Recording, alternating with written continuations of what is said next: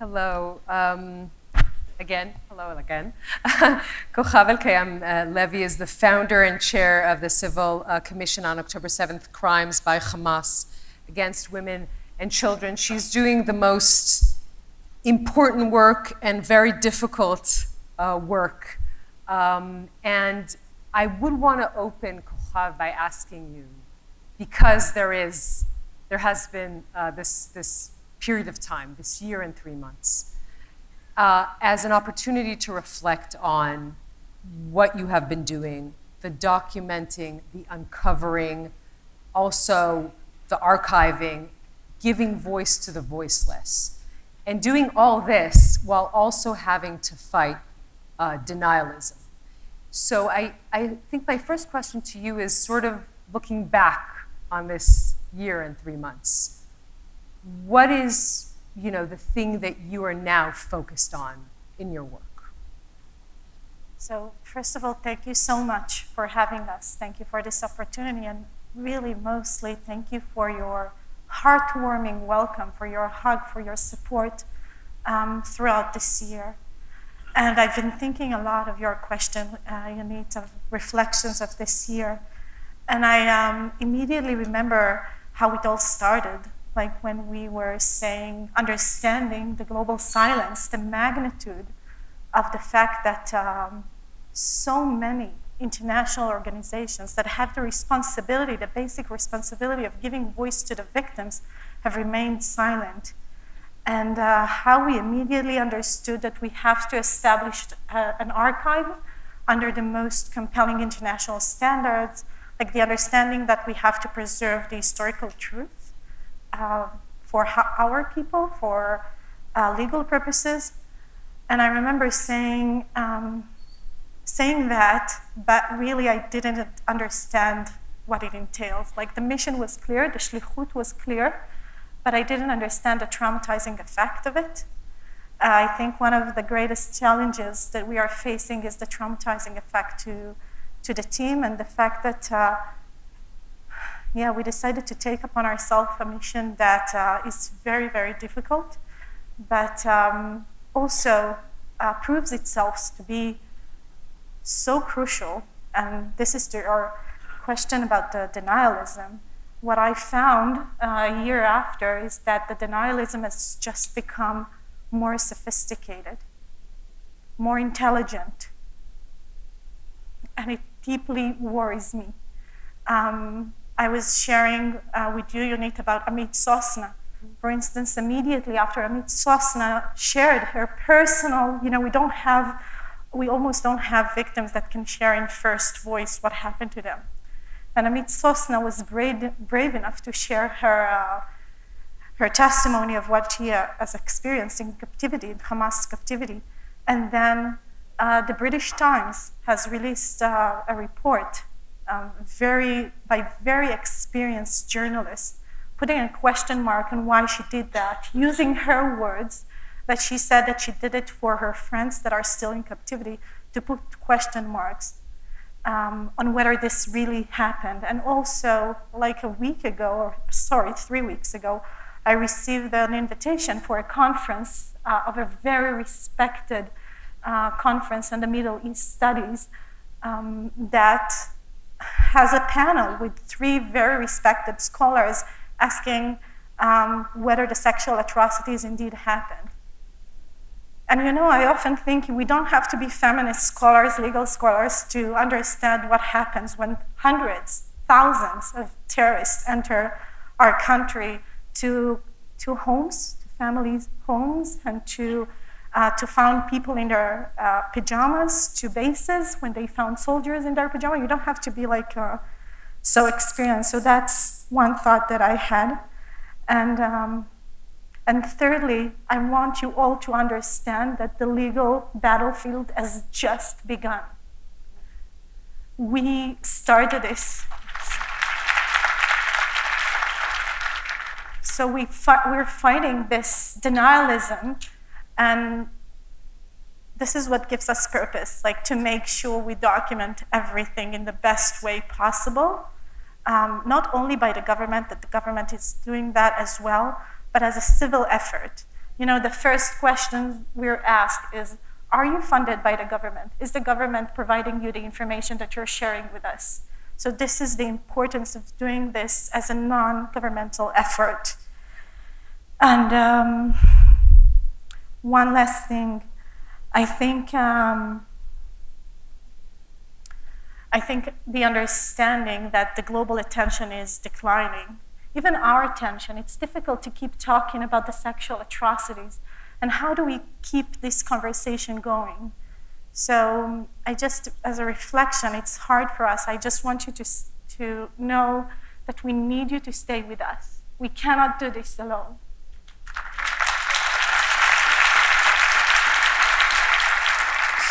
So that actually leads me to asking you, because this is the material you deal with on not even a daily basis, on an hourly basis, is so harrowing. And we'll get into this. It's not only the sexual violence against women, it's also the sadism against specifically targeting Israeli families. We will talk about this, but I do want to have some rays of light speckled throughout our conversation. Let's talk about the allies, people in this room, people in other rooms who have helped you out, you and the rest of the team, in bringing truth to light and in fighting this denialism. Yeah, I think from the very beginning, I said that we have to find our moral allies. We have to find those who believe. We have to find those who want to stand by us. Perhaps it's this understanding that it can't be true that the UN is not able to express minimal solidarity of the suffering that we saw, that we witnessed, and the fact that we saw phenomenal leaders. I want to mention Sheryl Sandberg, who immediately reached out, called me personally, how can I help? And so many of you, and the film Screams Before Silence, I think it brings light to things that we cannot share. It brings light to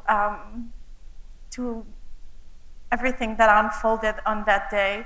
And we found leaders around the world. I want to mention the French Minister of Gender Equality, who immediately after meeting with us released a decision not to fund organizations that are denying October 7th.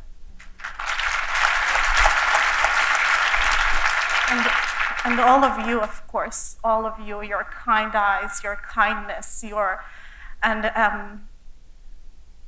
I feel like we see in your eyes the importance of what we're doing, why this is important, because the daily work on this is really difficult. We ask ourselves, why are we describing evil? What good will it do? And to see, and also perhaps I should say that in Israel we're not facing denial. Like we have all this surrounded by Israelis that grieve together, but coming to speak with you, understand the magnitude of the denial, the magnitude of the anti-Semitism. So I feel like we've found strong moral allies and a strong Jewish community.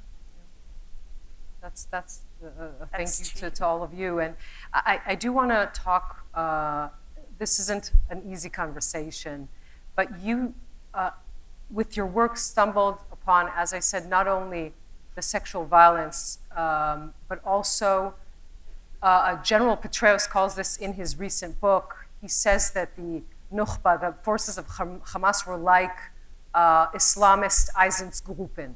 They targeted families, and they specifically, this is what your work shows, wanted to hurt some of the family members but leave the others alive. This is such a terrible thing that you actually had to find a term for it to try and explain it. Can you talk a little bit about that? Yes, of course. I want to begin by saying that one of the things that we realized that this was a celebrated attack. They celebrate this at a certain point. When we witnessed so many materials, we understood that we're seeing them taking pride of this, taking pride of what they did. You know how criminals try to hide what they do?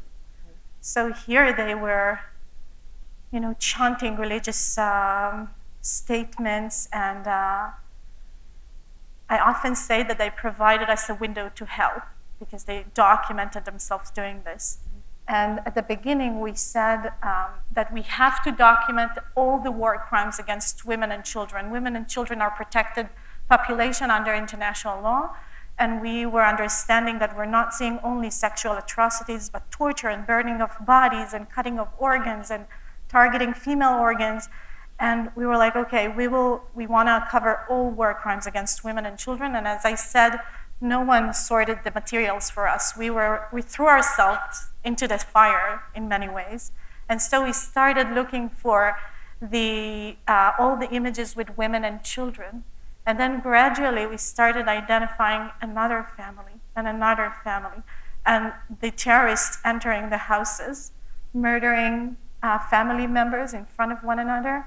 And I often think they could have, if it was random, they could have killed so many people, but they chose not to. They chose to torture them. I still have in my head, for instance, Tomer Arava, his mother reaching out to him, they take him away from her. Or Tzachi, Dan, like the Dan family, when they enter the house, you see the house covered with balloons, and then the terrified looks of the parents, the siblings that are crying, and we found ourselves. They shot one girl, and Mayan. Exactly. They shot the eldest and left her there. They shot Mayan, and then you see the siblings crying, and the mother saying, "No, this didn't happen. This didn't happen." And the father is covered with blood, and we found ourselves unable to document this, like physically understanding that there is something else here, a unique evil, a distinct evil. And I called international scholars around the world, and I asked them, have you heard of this? Have you heard of the weaponization of families? Have you heard of the abuse of families during the war? And gradually we understood there is no term for it. So it was Professor Kotler. Erwin Kotler is the former Minister of Justice of Canada, and he worked with the hostages. Yeah, he definitely deserves it. I talked to him and I told him, it might sound crazy, but I think we're seeing a new crime against humanity. And his look in his eyes were like, you should do this, you should document everything, we'll help. And this was the beginning of documenting the stories of so many families. Each and every family, we identify 6 distinct patterns of abuse of families, including murder of family members in front of one another, separation of family members, the use of the social media of the victims themselves. Yeah. They use the Facebook accounts of the victims, of the families, to reach to the wider circles of the family members. And then we understood that we have to find a term to describe this evil. And this is how we came up with kinocide, kin as in familial relations, and side as in the systemacity of it, the systemacity of this evil. And perhaps I'll just end by saying that in the film Screams Before Silence, I say Hamas redefined evil. It was the beginning of understanding that we're seeing something terribly horrific. And this was it. How does the work that you have been doing, your team has been doing, help others around the world? Tell us how this helps others around, not only Israelis and what happened to them with the importance of documenting, but also how does it help countries around the world? How does it help others? Excellent question. Thanks to the involvement of the Raoul Wallenberg Center for Human Rights in Canada, we were able to put this in a global context and to meet people around the world. I'll give a few examples. We met victims from the Yazidi community. And immediately when we shared this with the Yazidi community that was attacked in Iraq by ISIS, it was like, this happened to me, this happened to my family. And I think the look in the eyes of the victims, the fact that we were able to give a language to describe the suffering that they have endured has meant the world. And one of the endorsers of our report that was released a couple of weeks ago is Professor David Crane. He was the head and founder of the Tribunal of Sierra Leone. And when we sent him the report, he immediately responded, please mention that this happened in Sierra Leone as well. It was like this understanding that this is not only for us as Jewish people, as Israelis, but it has meaning for people globally, for humanity itself. It does. You mentioned, Cochav, that it's documenting evil. You also called it, one of our conversations, you said it's the fight of a generation. But you are a human being, and I wonder how you deal with the material that you go through. No one could have imagined this happening to Israelis, to Israeli women, to Israeli families 2 years ago. How do you emotionally deal with everything that you've seen over the past, year and 3 months? When I saw your question, I remember I thought I haven't started processing anything myself. I do get therapy. I want to mention my children. I have 4 children. The little one is 3, and I call him my emotional support baby. So it's spending time with the children that I find healing. It's talking with young people around the world, students all around the world that give me hope. Seeing my 15-year-old child still growing up as a Zionist, wanting even more to defend the country. Of course, it's scary as a mom. He's 15, but it also gives me hope. And we've developed, I'm looking at Merav here, the CEO of the commission, we've developed methodologies of documenting in the morning times, of documenting in teams, of creating separations between the documentation and our afternoons with the families. And I think it's 2 things that keeps us going is the sense of togetherness,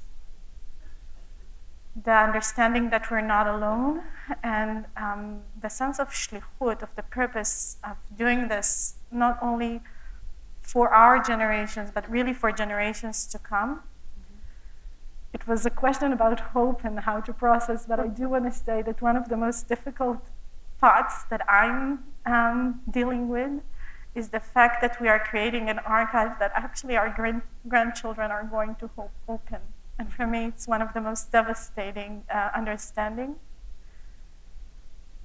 But it's also important in terms that they know that we are preserving the truth in the most meticulous way possible. That it is your way of fighting evil, actually. Exactly. Yeah.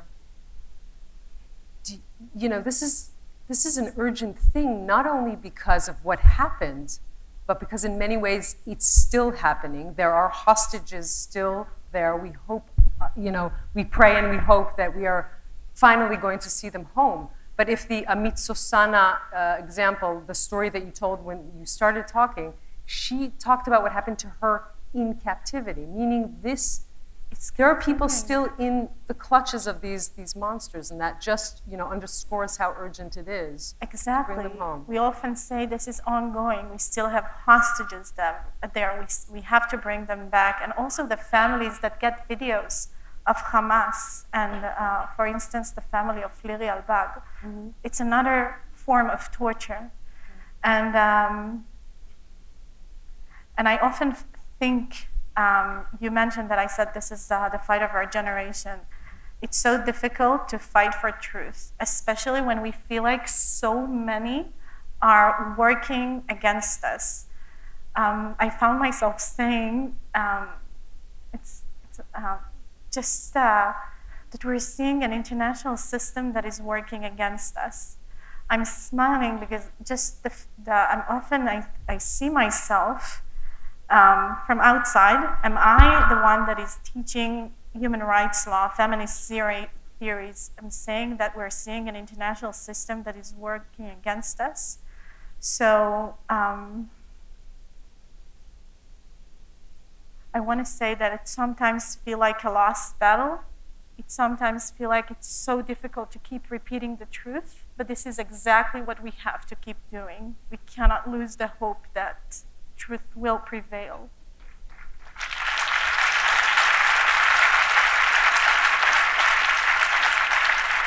I think that is the perfect point to end on. Cochav, Elkayam, Levy, thank you so much for what you do. Thanks for talking to us.